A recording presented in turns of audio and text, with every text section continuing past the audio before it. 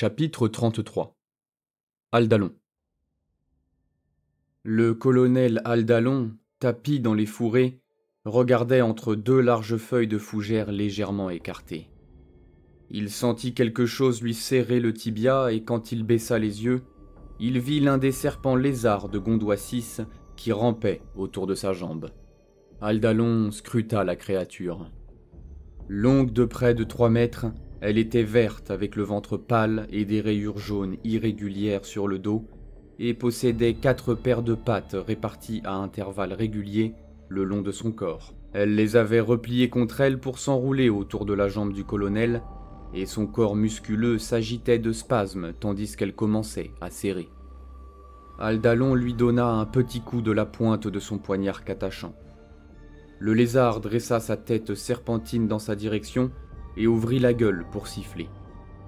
Émergeant entre plusieurs rangées de petites dents triangulaires, sa langue se tendit et s'ouvrit pour dévoiler un autre appendice gluant, couvert de mucus qui émergeait comme un genre de proboscis suceur de sang. Pour la plupart des humains, cette vue aurait causé une panique instinctive, primale.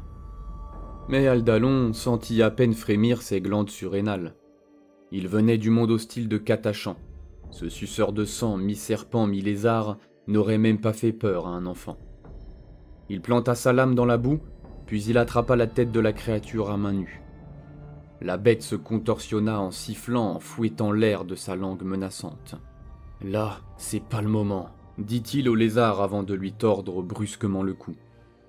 Il lui tourna la tête sur 180 degrés et sentit la moelle épinière qui cédait sous ses doigts. Ensuite, juste pour être sûr, il continua jusqu'à lui faire décrire un tour complet, broyant le cou tout entier tandis que les vertèbres grinçaient les unes contre les autres. Le corps allongé de l'animal resserra sa prise dans les spasmes de la mort, et puis il se détendit brusquement. Aldalon le décrocha de sa jambe et le rejeta dans les broussailles. Il se retourna en direction de l'avant-poste 4. Aldalon avait emmené le sergent Dram et le reste des soldats suffisamment loin du poste de surveillance pour qu'ils ne se fassent pas repérer dans l'éventualité où les orques sauvages réussiraient quand même à les suivre.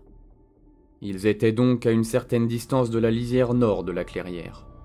De ce fait, il lui était malheureusement difficile de voir l'avant-poste, mais il arrivait quand même à distinguer les contours du bâtiment de roc-béton entre les lianes tournoyantes et les arbres serrés qui montaient vers la lumière au-dessus des frondaisons. Il avait du mal à distinguer les orques les uns des autres, mais le mouvement global de la horde de peau verte était suffisamment lisible.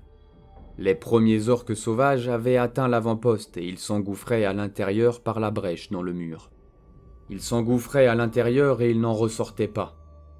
Mais ils ne voyaient pas non plus ressortir les Arna ni le soldat Torvin. Aldalon se pencha d'un côté et de l'autre, essayant de trouver la meilleure perspective entre les arbres. Il scrutait l'avant-poste, dans l'attente de voir les Arna débouler à toutes jambes sur le terrain à découvert au nord du bâtiment. À mi-voix, il lui intima de se dépêcher. « Allez, allez !» Il fit même part de son souhait à l'empereur lui-même, quelque chose qu'il n'avait plus fait depuis la mort de Brant. « Immortel empereur, ayez pitié et veillez sur sa sécurité, maintenant, afin qu'elle puisse continuer à mettre sa vie à votre service. »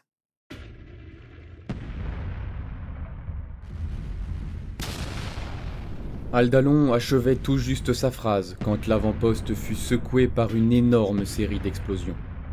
La première se produisit quelque part au niveau du point central. Même à cette distance relativement modeste, Aldalon vit l'éclat lumineux et le premier renflement du roc-béton pulvérisé avant même que le son l'atteigne en un puissant roulement, comme un coup de tonnerre qui lui fit vibrer les tympans. La destruction s'amplifia quand la première explosion fut suivie par une deuxième, puis une troisième.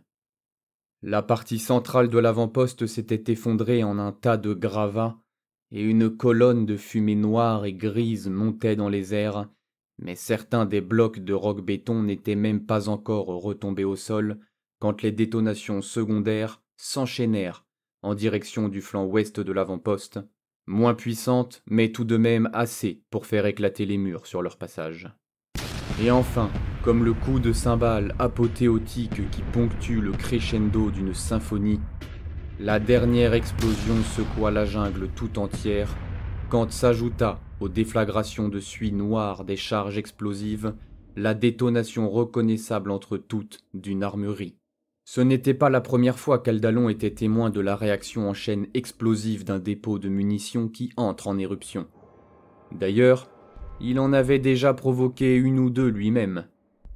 Tout ce qui restait de munitions, d'explosifs, de mines, de cellules énergétiques, de fusils laser et de missiles déployèrent tout leur potentiel en une cacophonie pétaradante qui n'eut aucun mal à réduire à néant la structure de roc-béton de toute la partie ouest de l'avant-poste, la remplaçant par un nuage de poussière qui s'élargissait à toute vitesse.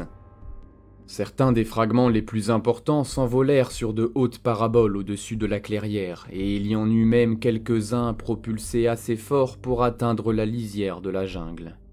Tandis que la vague de destruction se mourait peu à peu parsemée de petites détonations dues aux ultimes restes de l'armurerie subissant le même sort que les autres, Aldalon gardait les yeux fixés sur la carcasse de l'avant-poste 4. Il ne restait des orques sauvages qui avaient été à l'intérieur rien d'autre que les atomes qui les composaient, et même ceux qui se trouvaient à proximité avaient été vaporisés. Il y avait encore toute une bande d'orques qui avaient succombé, pour beaucoup transpercés par des projections de gravats, démantibulés par la simple puissance de l'onde de choc, ou même percutés par des fragments des corps de leurs camarades. Cela se produisait bien plus souvent qu'on ne pouvait se l'imaginer. Aldalon avait vu plus d'une fois des gardes impériaux tués par des morceaux d'autres gardes propulsés dans les airs. Le phénomène était rarement mentionné sur les affiches de recrutement ou dans les brochures visant à inspirer les soldats. Aucun d'entre eux n'avait envie de méditer sur la possibilité de se faire broyer le crâne par la jambe déchiquetée de son meilleur ami. Les orques qui n'avaient pas été anéantis ou mortellement blessés s'étaient immobilisés. Ils fixaient sur l'avant-poste détruit le même regard que les enfants qu'avait vu Aldalon quand le 57e de Catachan avait participé à libérer Tyringal des Drukhari qui avaient réduit sa population en esclavage. La planète tout entière avait fêté l'événement par divers feux d'artifice tirés au-dessus de la capitale, et les enfants avaient contemplé ce spectacle, les yeux écarquillés d'émerveillement, exactement comme ces orques. Enfin, en tout cas, les habitants de Tyringal avaient profité de leur bonne fortune jusqu'à ce que, quelques 6 mois plus tard, la planète soit entièrement détruite par une arme à matière noire créée par les Drukhari. Aldalon attendit jusqu'à ce que les explosions cessent enfin. Il attendit jusqu'à ce que la pluie de gravats prenne fin. Il attendit même jusqu'à ce que la poussière commence à retomber et que les orques sauvages se mettent à explorer les ruines de l'avant-poste dans l'espoir d'y récupérer quelque chose.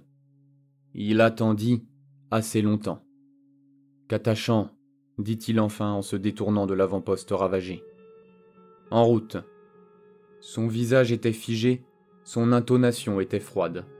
Les Catachans restants lui emboîtèrent le pas sans un mot. Aldalon savait qu'aucun d'entre eux ne voulait être le premier à commenter le lourd tribut qu'il venait de payer. Il s'enfonça dans la verdure de la jungle. Les Arna avaient dit que ce monde lui rappelait un peu Catachan, mais ça n'était pas Catachan, et aussi terrible et mortel qu'il soit, ce monde était le leur. C'était leur monde et les Arna ne le reverraient jamais. Catachan avait fait énormément de sacrifices pour ce minuscule avant-poste. Beaucoup trop. Et ceux qui les avaient envoyés là, en leur laissant croire qu'il n'y aurait qu'une petite bande de guerre composée d'orques ordinaires, allaient en payer plus que le prix. Ça n'était pas seulement Catachan qui avait subi des pertes excessives, mais lui aussi, une fois de plus. Ici, comme sur Karst, il avait payé de son sang. Comme tous les Catachans, il s'était senti débordant de fierté quand ses 2 enfants avaient été admis parmi les gardes de la jungle. Et maintenant, alors qu'ils auraient dû avoir devant eux de longues années d'un service exemplaire à l'empereur et à l'impérium, les orques et les mauvais renseignements fournis par ces idiots d'un monde facile les avaient fait tuer tous les 2. Aldalon, conscient d'une chaleur qui enveloppait sa main, réalisa qu'il faisait crépiter son gantelet énergétique sans s'en rendre compte. Il relâcha la tension, bien conscient que la soif de sang et la folie causée par la mort de Brandt ne seraient que plus difficiles à contrôler maintenant qu'il aurait à faire face au deuil de sa fille aussi.